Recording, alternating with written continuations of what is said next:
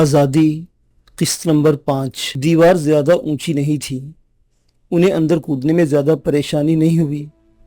یہ وسیع عریض لان تھا جس کی دوسری طرف برآمدے میں مدھم روشنی کا بلب جل رہا تھا۔ وہ چند لمحے تاریکی میں ڈوب کے صورتحال کا جائزہ لیتے رہے، پھر طارق نے اشارہ کیا اور دونوں دبے قدموں آگے بڑھنے لگے۔ بنگلے کی عمارت کی دونوں طرف گلیارے سے تھے۔ طارق کا رخ دائیں طرف کے گلیارے کی طرف تھا اور سلیم بائیں طرف جا رہا تھا۔ سلیم ایک کھڑکی کے سامنے رک گیا۔ اس نے کھڑکی پر ہاتھ کا دباؤ ڈالا، کھڑکی اندر سے بند نہیں تھی۔ وہ آسانی سے اندر کود گیا۔ کمرے میں تاریکی تھی۔ وہ چند لمحے کھڑکی کی طرف دبکا رہا، پھر تاریکی میں ٹٹولتا وہ آگے بڑھنے لگا۔ کمرے سے نکل کر وہ ایک راہداری میں پہنچ گیا اور ایک کمرے کا دروازہ کھلا دیکھ کر وہ اسی طرف بڑھ گیا۔ کمرے میں مدھم سی روشنی ہو رہی تھی۔ وہ دبے قدموں اندر داخل ہو گیا۔ یہ بیڈ روم تھا۔ سامنے ہی پلنگ پر کوئی کمبل تانے سو رہا تھا۔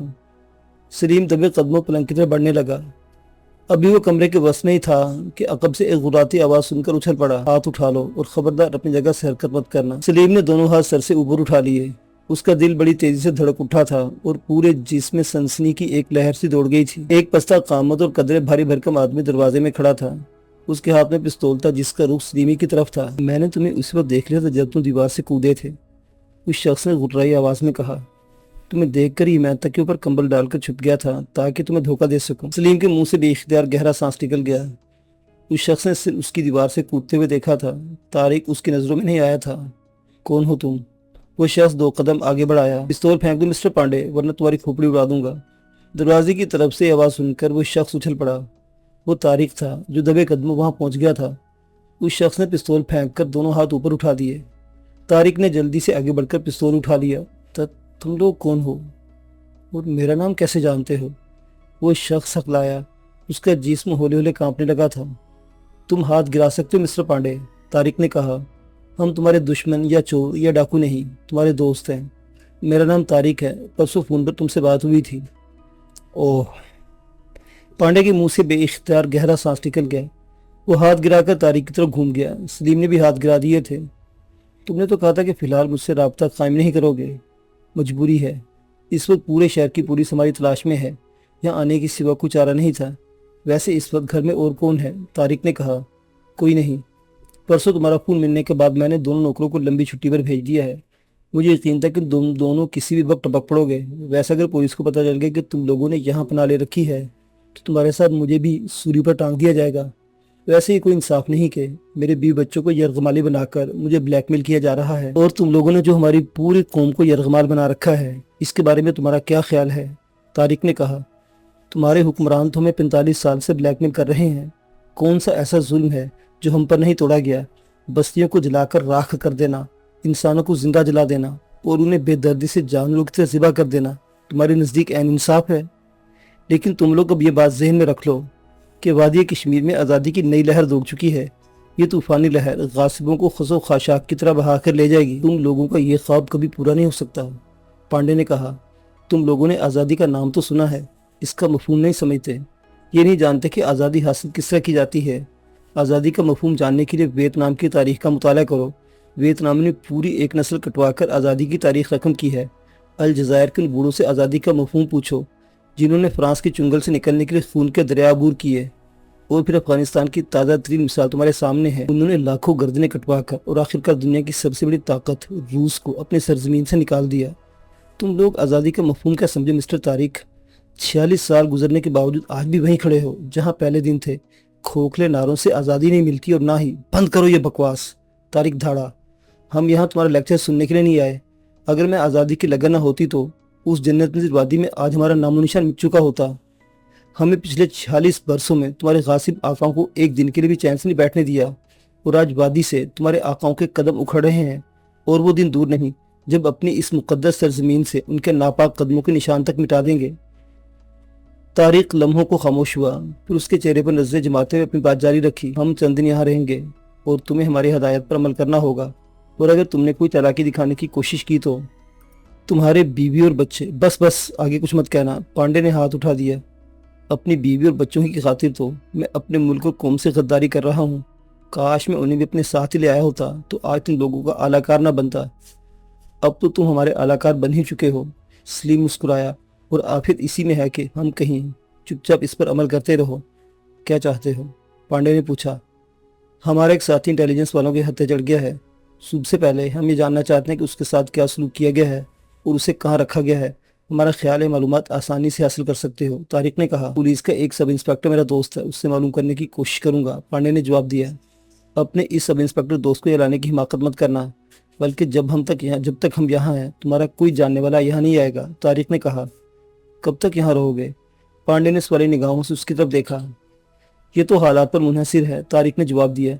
वैसे हमने एक तरीका सोचा है, दिन के वक्त हम यहाँ रहे तो तुम्हारे नौकरों की हैसियत से रहेंगे, ताकि किसी को हमारी यहाँ मौजूदगी पर शुबा न होने पाए। अगर कोई हमारे बारे में पूछे तो कह सकते हो कि हमें आर्जी तौर पर रखा गया है। अब ये बताओ कि हमें रात किस कमरे में गुजारनी है? इस बंगले में कई कमरे हैं, जिस पर चाहो कब्जा कर सकते हो, पांडे ने कहा। मेरा ख्याल है यही कमरा मुनासिब रहेगा। यहाँ से इस खिड़की के रास्ते बैरूनी गेट पर भी निगाह रखी जा सकती है। तुम अपना ताम झाड़ उठाकर किसी दूसरे कमरे में चले जाओ, सलीम ने कहा और कमरे का जायजा लेने लगा। खासा वसी कमरा था। फर्श पर दबीज कालीन बिछा हुआ था। एक तरफ दीवार के करीब शानदार डबल बेड था और दूसरी तरफ आरामदेह सोफा भी बिछा हुआ था। वैसे by the way mister Pandey, Salim बोला, या तुम अकेले रहते हो तो फिर डबल बेड किस लिए है? क्या सिंगल बेड पर तुम्हें नींद नहीं आती? मैं सिंगल बेड पर सोऊं या डबल बेड पर, तुम्हें क्या तकलीफ है? पांडे ने उसे घूरा। तकलीफ तो कोई नहीं, वैसे मैं सोच रहा था कि आदमी जब बीवी बच्चों से दूर हो तो परपुर्जे निकल आते हैं इसके। तुमने भी तो परपुर्जे नहीं निकाल लिए, सलीम मुस्कुराया। बंद करो अपनी ये बकवास। पांडे ने उसे घूरा और बिस्तर पर से कंबल वगैरह उठाने लगा। बेड के करीब अलमारी भी सादा थी। उसने अलमारी का दरवाजा खोला, कुछ सोचकर बंद कर दिया और उन दोनों को घूरता हुआ कमरे से निकल गया। इस पर भरोसा नहीं किया जा सकता, हमें कम से कम आज की रात मुहतात रहना पड़ेगा, सलीम ने पांडे के जाने के बाद तारिक की तरफ धीमे लहजे में बात करते हुए कहा। नहीं, मेरा ख्याल है वैसी कोई हिमाकत नहीं करेगा। उसकी बीवी बच्चे। राहदारी में कदमों की आवाज़ सुनकर वो खामोश हो गया। सिर्फ एक सेकंड बाद पांडे कमरे में दाखिल हुआ।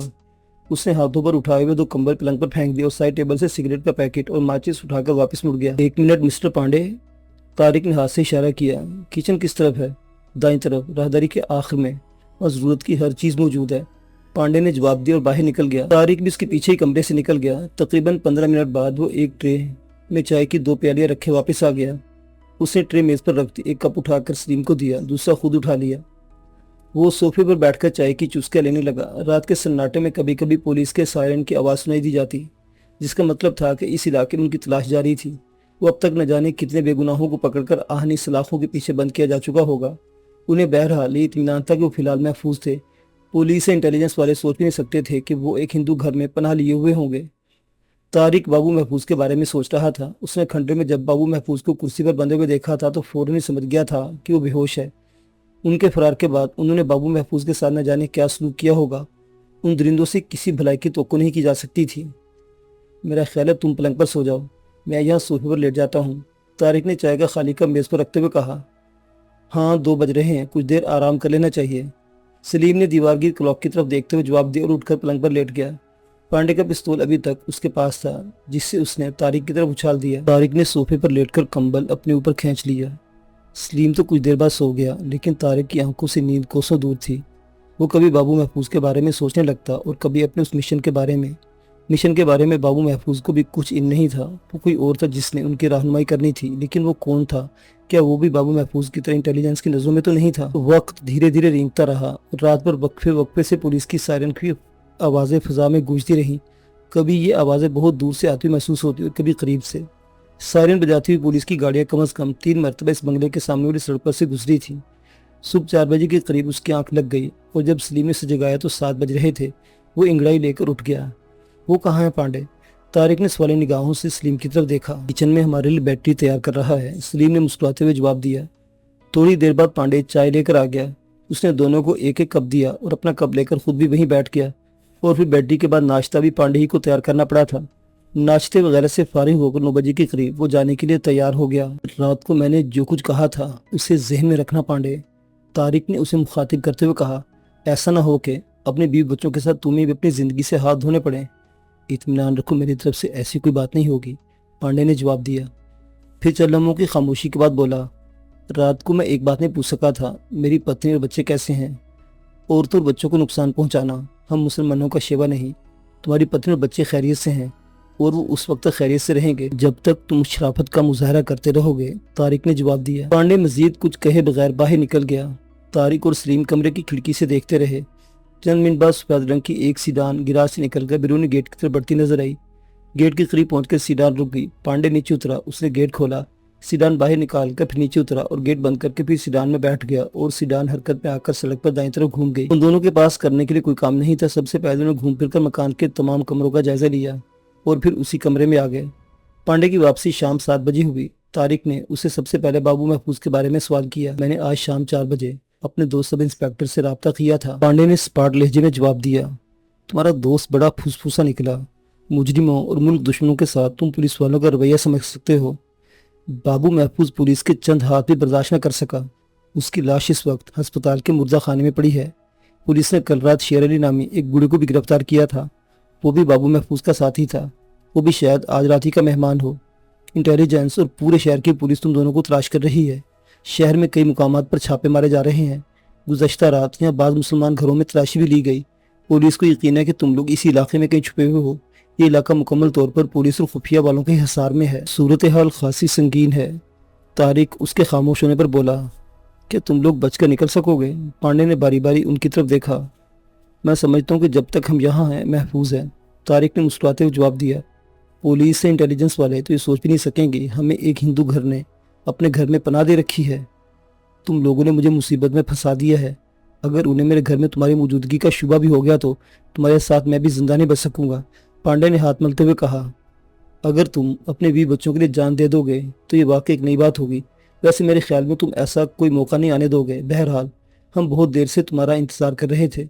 हमने अभी तक शाम की चाय नहीं पी, तारिक बोला। पांडे खूंखार निगाहों से देखता हुआ किचन की तरफ चला गया। वो तकरीबन 1 हफ्ता पांडे के बंगले में महबूस रहे।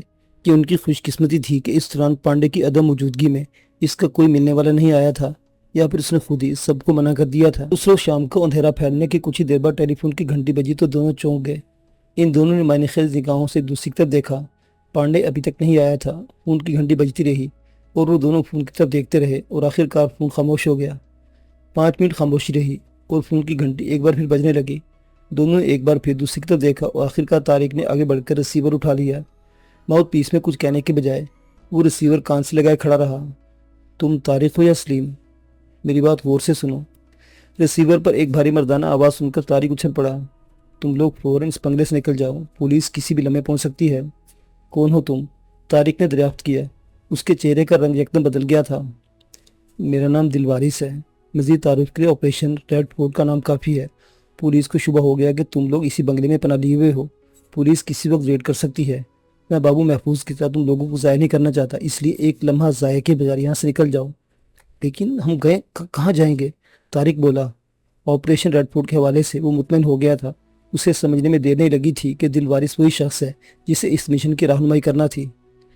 पांडे के बंगले से निकलने के बाद रिक्शा टैक्सी जो भी मिले इस पर बैठकर करूर बाग पहुंच जाओ। नारायण स्ट्रीट के कॉर्नर पर लकड़ी के एक टाल है। टाल वाले को मेरा नाम बताना, वो तुम लोगों को मेरे पास पहुंचा देगा। दूसरी तरफ से कहा गया। उसके साथ ही सिलसिला मुनक़ते हो गया। कौन था? सलीम ने सवालिया निगाहों से तारिक की तरफ देखा। एक हमदर्द, तारिक ने जवाब दिया। यहाँ से निकलो, पुलिस रेड करने वाली है। उन्हें यहाँ हमारी मौजूदगी की इत्तला मिल चुकी है। और इसके बाद वो लोग मजीद वक्त ज़ाया के बगैर बाहर की तरफ दौड़े। तारिक ने पांडे वाला पिस्तौल जेब में डाल लिया था। गेट के करीब पहुंचकर उन्होंने दोनों तरफ सड़क पर झांका। सड़क पर इक्का दुक्का गाड़ियों की आमदोरफ्त थी। वो गेट से निकलकर दाईं तरफ मुड़ गए। तेज तेज कदम उठाते हुए चौराहे की तरफ चलने लगे। चौराहे पर पहुंचते ही उन्हें खाली रिक्शा मिल गया। वो दोनों रिक्शे में बैठ गए। तारिक ने रिक्शे वाले को करूरबाग चलने को कहा। रिक्शा जैसे हरकत में आया, सामने से पुलिस की एक कार आती दिखाई दी। कार का सायरन बंद था, लेकिन छत पर फ्लैश लाइट जल रही थी। वो पुलिस कार उसी सड़क पर मुड़ रही थी। तारिक ने गर्दन घुमाकर देखा। उस सड़क पर दूसरी तरफ से भी एक पुलिस कार आती दिखाई दी। रिक्शा करजन रोड से होता हुआ जैसे ही टाउन वाले हाल चौराहे से आगे निकला, तारिक ने ड्राइवर को रुकने का कहा।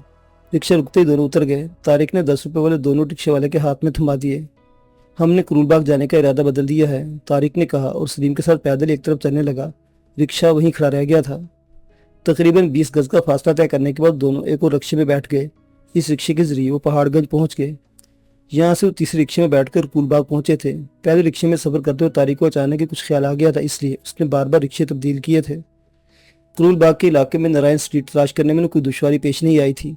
नारायण स्ट्रीट के साथ ही एक बहुत बड़ा गंदा नाला था, जिसके किनारे पर लकड़ी का टाल था। शाम के 8 बज चुके थे। टाल बंद हो चुकी थी। लकड़ियां तोलने वाले एक बहुत बड़े तराजू के करीब हाथू लेटा हुआ था। फूल की तरह गड़ी हुई एक रग्गी पर लालटेन टंगी हुई थी। वो दोनों चारपाई के करीब पहुंचकर रुक गए। टाल बंद हो चुका है। लकड़ी चाहिए तो सुबह आना लाला जी। हाथू ने चारपाई से उठते हुए कहा, दिलवारिस मेरे साथ आओ। हाथू ने इशारा किया। उसने तारिक को पूरी बात करने का मौका भी नहीं दिया था। एक वसी रकबे पर लकड़ियों के अंबार लगे हुए थे। वो दोनों लकड़ियों के इन ढेरों के दरमियान एक तंग से रास्ते पर चलते पिछली तरफ निकल गए। ये नाले का किनारा था जहाँ एक तो दो कच्चे कमरे बने हुए थे, उसके सामने मुख्तसर सा सहन भी था। वो हाथू के साथ ये सहन अबूर करके कमरे के सामने रुक गए। हाथू ने दरवाजा खोल दिया और वो अंदर दाखिल हो गए। कमरे में दीवार के साथ एक शेल्फ पर लालटेन रोशन थी। फर्श पर दरी बिछी हुई थी। दो आदमी दीवार के साथ टेक लगाए बैठे थे। लालटेन की मध्यम रोशनी में उनके चेहरे धुंधले से लग रहे थे। तारिक और सलीम को देखकर दोनों उठ के गर्म जोशी से हाथ मिलाए गए और फिर वो सब लोग बैठ गए। हाथू वापस चला गया। दिलवारिस दुबला पतला लंबे कद का आदमी था। छोटी गोल दाढ़ी ने उसके चेहरे को खासा पुरकशिश बना दिया था। उसकी उम्र 40 के लगभग रही होगी, जबकि दूसरा आदमी कदरे भारी भरकम था। उसकी उम्र भी 40 के लगभग रही होगी। आपको कैसे पता चला कि हम पांडे के बंगले में पनागुज़ीन हैं और यह कि पुलिस वहाँ रेड करने वाली है? तारिक ने चंद रस्मी जुमलों के तबादले के बाद पूछा। बाबू महफूज से तो राब्ता खत्म होने के बाद मैं परेशान हो गया था। फिर इंकशाफ हुआ कि इंटेलिजेंस का हतेज लग गया है और उस रात तुम लोग भी उसकी गिरफ्त में आ गए थे। फिर दूसरे दिन इंकशाफ हुआ कि तुम दोनों फरार होने में कामयाब हो गए हो। पुलिस को शुबा था कि तुम लोग रेस कोर्स के आसपास के 1 मील के इलाके में कहीं रुपोश हो। पुलिस ने पूरे इलाके को घेरे में ले रखा था। उस इलाके में बाद मुसलमान घरों की तलाशी भी ली गई थी। मैं हैरान था कि तुम लोग कहाँ गायब हो सकते हो। फिर दफतन ख्याल आया कि पांडे की रहाइश इसी इलाके में है। मुझे यकीन हो गया कि तुम लोगों ने वहीं पनाह ले रखी होगी। मैंने पांडे से रब्ता कायम करने की कोशिश नहीं की, अलबत्ता अपने तौर पर तहकीकात जारी रखी। तुम लोग अगरचे कभी बंगले से बाहर नहीं निकले, लेकिन पांडे के दो मौजूदगी में बंगले के बास कमरों में रोशनी से अंदाज़ा लगाया जा सकता था कि वहाँ कोई मौजूद है। मोहल्ले वालों को भी शायद शुबा हो गया था कि बंगले में कोई और मौजूद है। उन्होंने पुलिस को इत्तला कर दी और मुझे बर वक्त इसका पता चल गया कि पुलिस वहाँ रेड करने वाली है। मैंने फ़ौरन फ़ोन कर दिया। अगर तुम कॉल रिसीव ना करते उस वक्त शायद सूरत हाल मुख्तलिफ होती। बहरहाल तुम लोगों को ताक़ुब तो नहीं हुआ? दिलवारिस ने आखिर में पूछा। हम लोगों ने 3 जगहों पर रिक्शे तब्दील किए हैं। मैं दावे से कह सकता हूँ कि हमारा ताक़ुब नहीं किया गया, तारिक ने जवाब दिया। हाथू उनके लिए चाय ले आया। उनके सामने चाय रखने के बाद वो वापस चला गया। चाय की चुस्के लेते हुए उनकी गुफ्तगू जारी रही। मिशन के बारे में हम अभी तक तारीकी में हैं। आखिर में पता चले कि हमें किस मकसद के लिए भेजा गया है। तारिक ने चाय की चुस्की लेते हुए कहा। ऐसा सिक्योरिटी नुक्ता नज़र से किया गया है, दिलवारिस ने जवाब दिया। यहाँ की सूरत तुम्हारे सामने है। ये मिशन हमारी ज़िंदगियों से ज़्यादा अहम है। मैं नहीं चाहता कि अगर कोई पकड़ा जाए तो तशद्दुद के तहत मिशन का राज फाश कर दे। इसलिए जब तक हालात पुरस्कून नहीं हो जाते इस मिशन के बारे में कुछ नहीं बताया जा सकता। लेकिन मैं समझता हूँ कि 1 हफ्ते के बाद हम इस काबिल हो जाएंगे कि अपने असल मंसूबे पर अमल दरामद शुरू कर दें। आज की रात तुम लोग यहीं रहोगे, कल किसी दूसरी जगह तुम्हारी रहाइश का बंदोबस्त कर दिया जाएगा। तारिक कुछ कहना ही चाहता था कि हाथू दौड़ता हुआ कमरे में दाखिल हुआ। उसके चेहरे पर हवाएं उड़ रही थी। क्या हुआ? तू इस कदर बदहवास क्यों हो रहा है? दिलवारिस ने पूछा। पुलिस की 2 गाड़ियां सड़क के मोड़ पर आकर रुकी हैं। पुलिस वाले टाल को घेरे में लेने की कोशिश कर रहे हैं, हाथू ने हाँफते हुए बताया। वो लोग एक झटके से उठ गए। दिलवारिस बीच के दरवाजे से दूसरे कमरे में घुस गया। चंद सेकंड बाद दरवाजे पर नमूदार हुआ और ऑटोमेटिक राइफलें तकसीम करने लगा।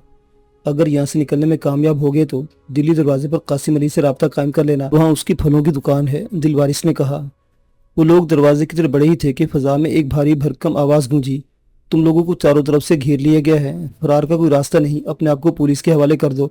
सूरत दिगर तुम में से कोई भी जिंदा नहीं बच सकेगा। मेगाफोन पर यह ऐलान 2 मरतबा दोहराया गया। पीछे नाले की तरफ चलो, दिलवारिस ने कहा।